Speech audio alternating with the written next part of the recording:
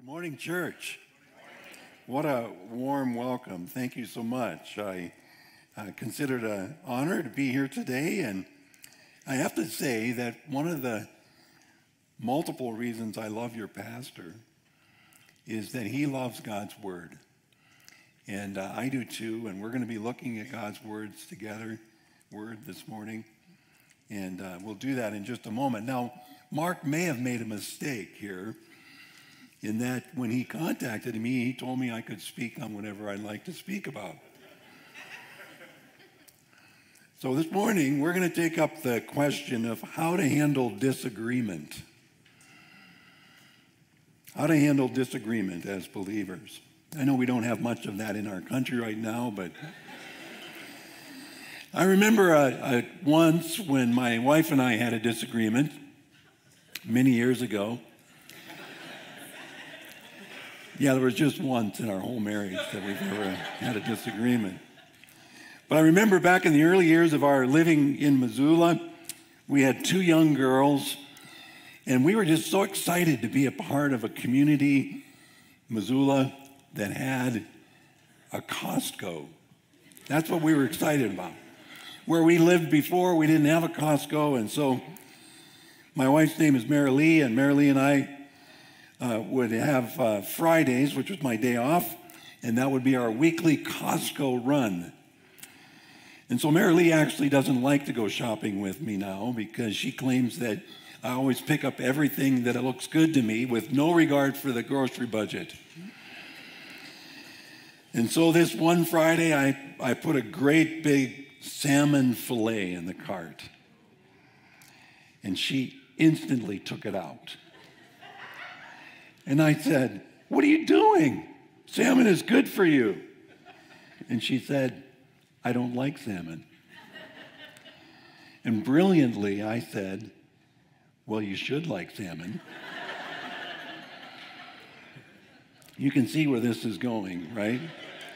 So this topic of eternal importance, salmon, was the center of our conversation for the next several hours. You should like salmon. Well, I don't like it. Well, you should like it. And so we eventually made our way back home where this matter of eternal importance was continuing. And in the middle of our heated disagreement, we both could hear the phone ringing in the background. That was back in the days of a landline.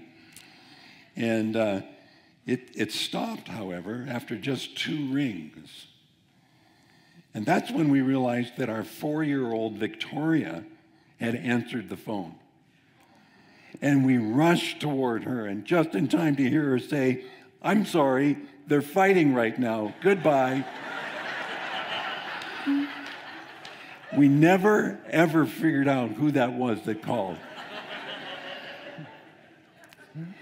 Disagreement for all of us is an inescapable fact of life, right? It's everywhere. It's all day, every day. We clash with others when something obvious to us collides with another viewpoint. And I have a saying that I pull out every once in a while: what is obvious to you is obvious to you. It's a way of reminding myself that my personal viewpoint is not necessarily held by others. And sometimes you run into that accidentally. Sometimes you march straight into it intentionally. But either way, disagreement happens suddenly. It happens in the church. It happens when the church interfaces with the community. It happens in our homes. And believe it or not, disagreement can be a great resource for learning and loving and even unity. But usually it doesn't. Usually it divides us, angers us, and even threatens our relationships. But here's the truth. Disagreement is part of your discipleship. Disagreement is part of the journey to knowing and becoming like Jesus. In Galatians 5, we see the fruit of the Spirit. 9 expressions of the Holy Spirit's leadership in your life. You know the list: love, joy, peace, patience, and so on. 9 expressions of the Holy Spirit's leadership in your life. And when you think about it, without disagreement, there would be little context for growing in patience. There would be little context for growing in gentleness and self-control. Think of it this way. Each one of us has a registered assault weapon in our mouth. A lot of conversation about assault weapons these days. Well, we all own one, and it's the tongue. And every day we use it either to protect relationships by bringing hope and healing, or we use it for destruction and devastation. And let me just say here that words matter. We live in a society that might say, oh, come on, get over it. They were just words. The truth is that we are always revealing what is in our heart. Jesus said in Luke chapter 6, out of the overflow of the heart, the mouth speaks. You want to know what's in a person's heart? Listen to their words. Whether kind or crude, whether engaging or cutting, whether wholesome or vulgar, whether humble or promotional, the litmus test for the condition of your heart is the choice of your words. Proverbs 12 says, reckless words pierce like a sword, but the tongue of the wise brings healing. Word choice can pierce like a sword. Proverbs 15, a gentle tongue is a tree of life, but perverseness in it crushes the spirit. Words matter. You can crush with a word. Proverbs 29, mockers stir up a city, but the wise turn away anger. Think of it, a whole city can be disrupted by mockery. And can I say here that a whole community can be stirred up by what you post on social media? Sometimes we believe that our social media posts are just innocuous. You might maintain that it's just your opinion, but your opinion can be experienced by others as hit-and-run communication. We have such a disagreement culture right now. But I have to say that as I was studying this week, I saw that our culture is really no different than the Apostle Paul's day in Acts chapter 17. And I'm hoping that you might turn to that passage, Acts chapter 17, and look at it together with me. We're talking about the Apostle Paul, the evangelist. And he's taking the good news of Jesus from one town to the next. And believe it or not everybody's excited to receive this good news. They don't see it as good news. But Paul, in his going to various cities, is having some success. He's having some success in Thessalonica. Pick up in verse 5 of Acts 17. But the Jews were jealous, and taking some wicked men of the rabble, they formed a mob and set the city in an uproar. In other words, they disagreed with Paul, so they went down to the local rent-a-mob, gave them a quick tutorial, a quick orientation, and proceeded to start a riot. I mean, doesn't that sound just like the U.S. these days? Paul is proclaiming Jesus as Lord, and verse 8 says, this threw the whole crowd and the city officials into turmoil. And so Paul moved on to another town. this time Berea. And they were a little less contentious, but as soon as the Thessalonians heard what Paul was doing, they sent their mob to Berea, agitating the crowd and stirring them up. And so Paul moved to the next town, which was Athens. And now it's really catching up to Paul. Follow along with me as we pick up the story in verse 16. Now, while Paul was waiting for them in Athens, that is, the rest of his team, his spirit was provoked within him as he saw that the city was full of idols. And so he reasoned in the synagogue with the Jews and the devout persons, and in the marketplace every day with those who happened to be there. Some of the Epicurean and Stoic philosophers also conversed with him, and some said, "What does this babbler wish to say?" So you've got name calling now, right? Others said, "He seems to be a preacher of foreign divinities because he was preaching Jesus and the resurrection."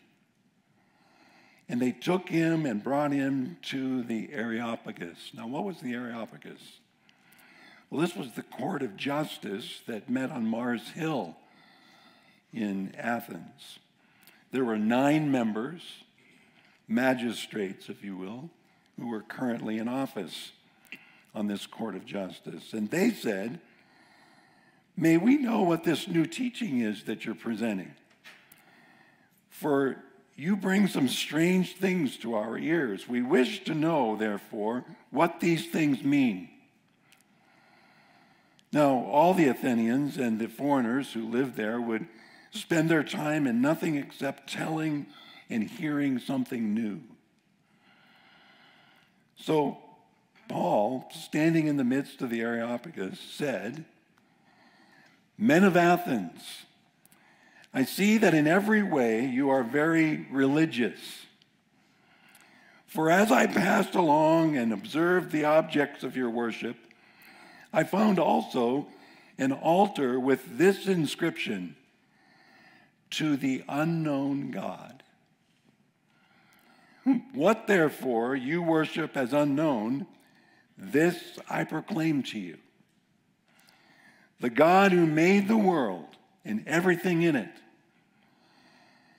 being Lord of heaven and earth, does not live in temples made by man, nor is he served by human hands as though he needed anything, since he himself gives to all mankind life and breath and everything.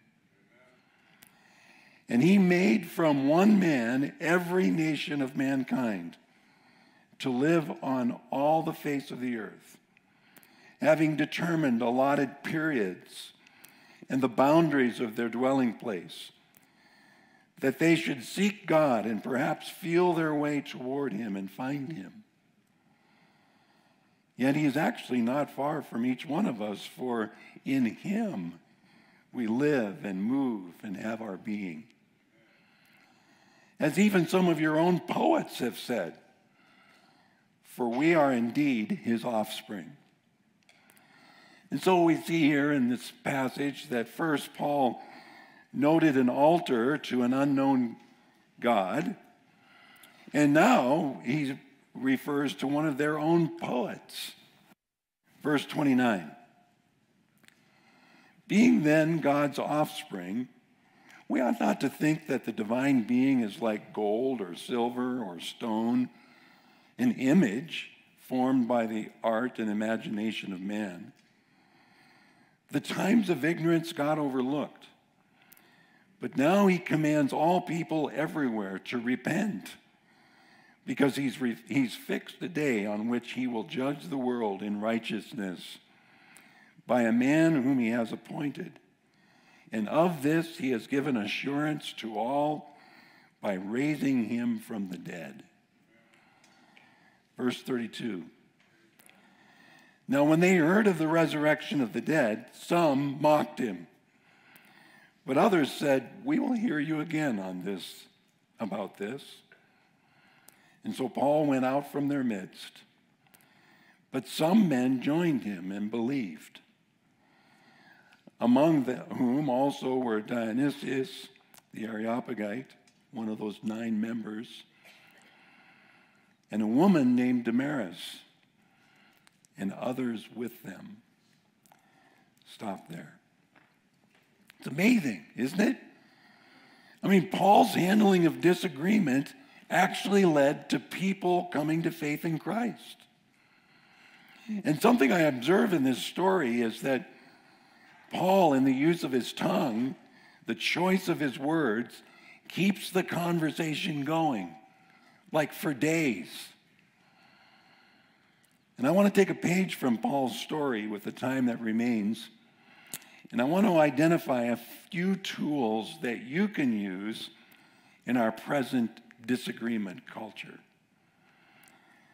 Whether you encounter a difference of opinion in the church, or in the community, or in your family, among your classmates or your work associates, the question, how can you approach disagreement in a way that honors God?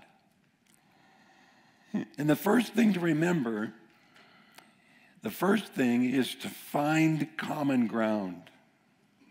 Something that we can agree on. Common ground. What is that in any disagreement? Paul said to the Areopagus in verse 22, I see that in every way you are very religious. That's a place to begin. We're both very religious. It gets them on the same page.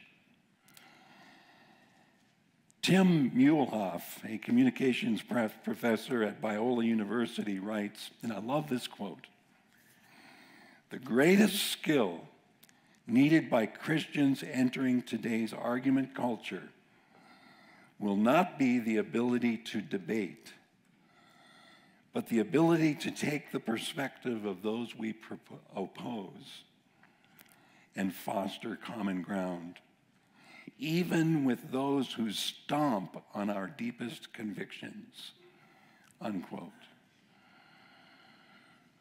In America today, there are many things that stand diametrically opposed to the Christian viewpoint.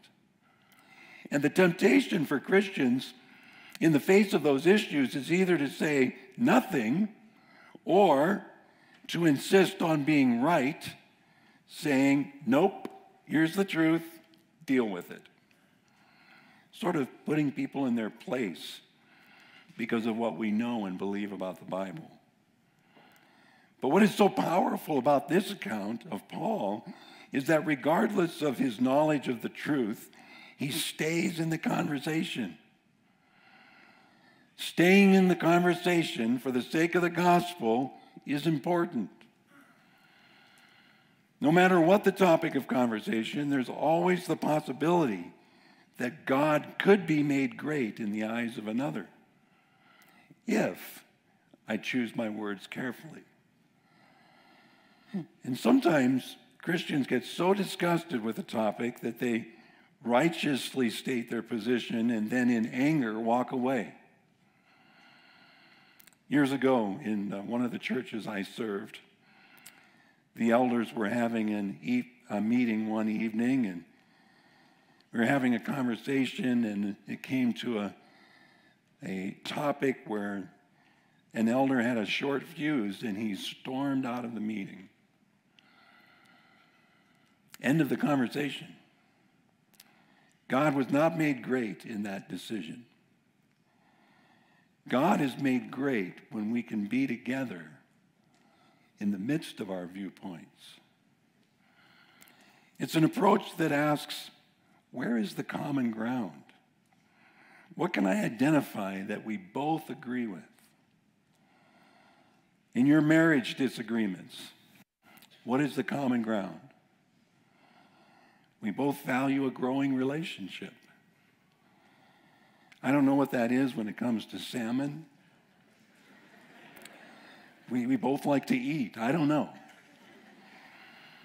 But find common ground. Another tool to take from Acts chapter 17, not only find common ground, but prepare to listen. I mean, you could take so much heat out of a disagreement by simply determining to listen. This is actually something that the Athenians did well. Paul found common ground on which they could both stand. And in turn, they said in verse 32, we want to hear you again on this subject. They still want to hear Paul, even after all he said. You know, I reflect on some of the disagreements I've had in the course of my life, and maybe you will agree with me that while the other person's talking, I can be thinking about what I'm going to say next. I'm not listening. I'm present, but I'm not listening. Years ago, a man in our church who was high up in corporate office of one of the large insurance companies, this man approached me and asked that a policy of the church would be changed. He had a clear rationale, and he presented that to me. And I told him that actually that's a policy that our staff established, but that I would be glad to take it to them tomorrow, the next day, and we would talk about it. Well, the staff wrestled with it for a few minutes and made a decision, and the decision was to stay with the policy as written. And that was fine. It's just that I had to deliver the bad news to this sort of intimidating man. And so I made the phone call and communicated that we are going to keep the policy as it is. And I hope I never forget what this man said in response. Instead of getting upset, he said, "Help me understand everything about that." And I'll tell you what, I've used that so many times in counseling. This man didn't say, "Okay, that's it, I'm out of here." No, he prepared himself to listen. Help me understand everything about that. Proverbs 12:15, a wise person listens. Find common ground, prepare to listen. One more tool for handling disagreement from Acts 17. Refuse to posture. I find it interesting that in this whole account of Paul, in no place does Paul say, "I disagree." Not once. He's careful with his words. He doesn't posture himself as the one who knows. I mean, he could have given his resume. He could have said, "I've actually seen Jesus." Have you? There's no posturing. My daughter, Geraldine, studied at Talbot University. And one day she called me and said, "Dad, I've got to tell you about the smartest man on earth." I prepared myself for a compliment. And I tried not to be hurt when she told me that it was her professor. She said, "Dad, he's amazing." I'm like, "Yeah, whatever." He's known worldwide in philosophy. He's got multiple PhDs, prolific writer. You would never want to be in a debate with him. And she continued with a story. He walked into the dining room at school. He pulled up a chair next to a couple of undergraduate students who did not know who he was. And these two students were arguing back and forth about some philosophical issue. And my daughter Geraldine said they were way, way out in left field. They didn't know what they were talking about. And not knowing who he was, they turned to him to chime in on the debate. And having already listened to everything they had said so far, what do you think he said to them? I mean, he could have said, "This is the answer. Take my word for it." He could have led with his resume saying, you know, well, I've actually now written a dozen books on the very theme you're talking about. But he didn't. He didn't posture himself. Here's what he said. I've been listening to your argument. Here's what I'm wrestling with. I love that. Here's what I'm wrestling with. And he laid out the facts, and they stayed at the table with a new perspective to consider on the topic. These are just a few tools that you can use as you encounter disagreement. Find common ground. Prepare to listen. Refuse to posture. Believe that God could be made great in the way you handle disagreement. Now, 2 questions for further personal reflection. Number 1, is there someone that you're avoiding?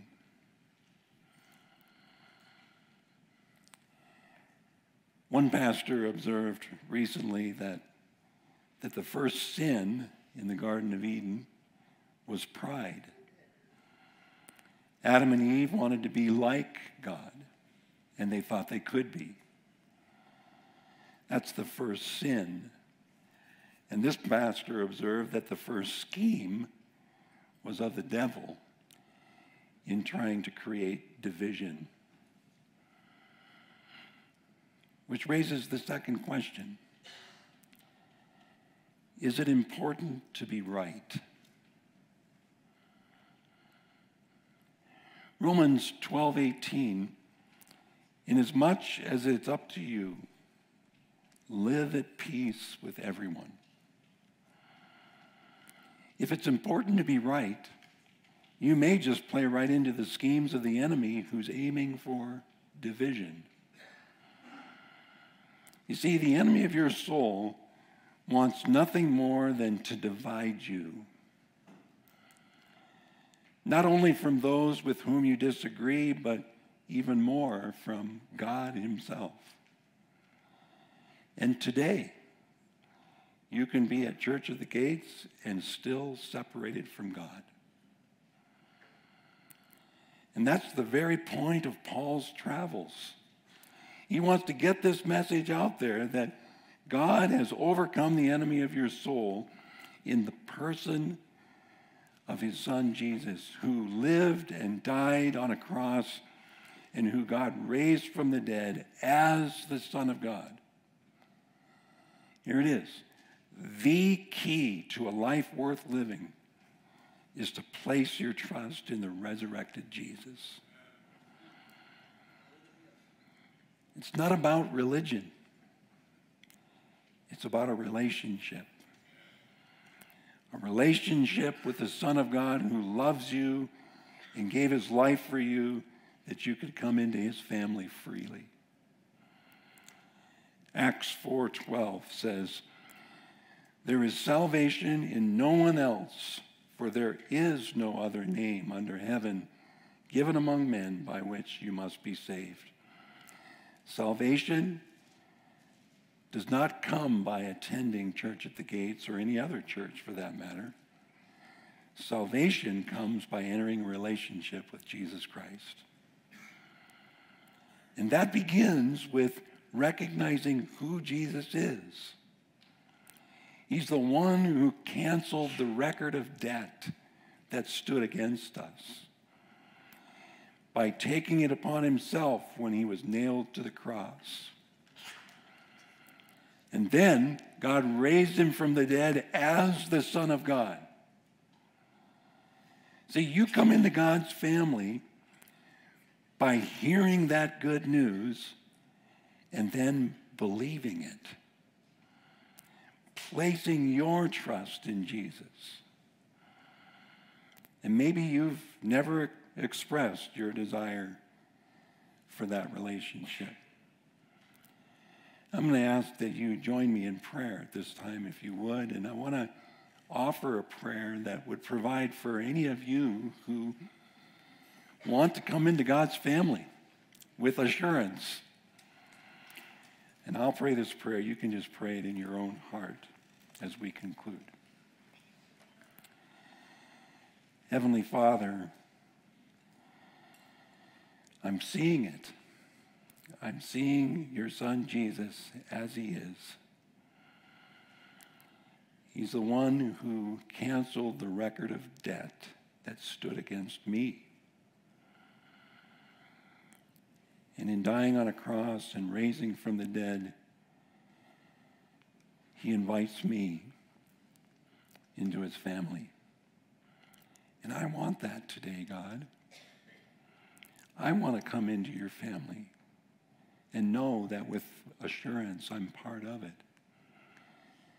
And so I place my whole trust in Jesus. And Lord, I ask that you would be the leader and the Lord of my life. Lead me from here for your name.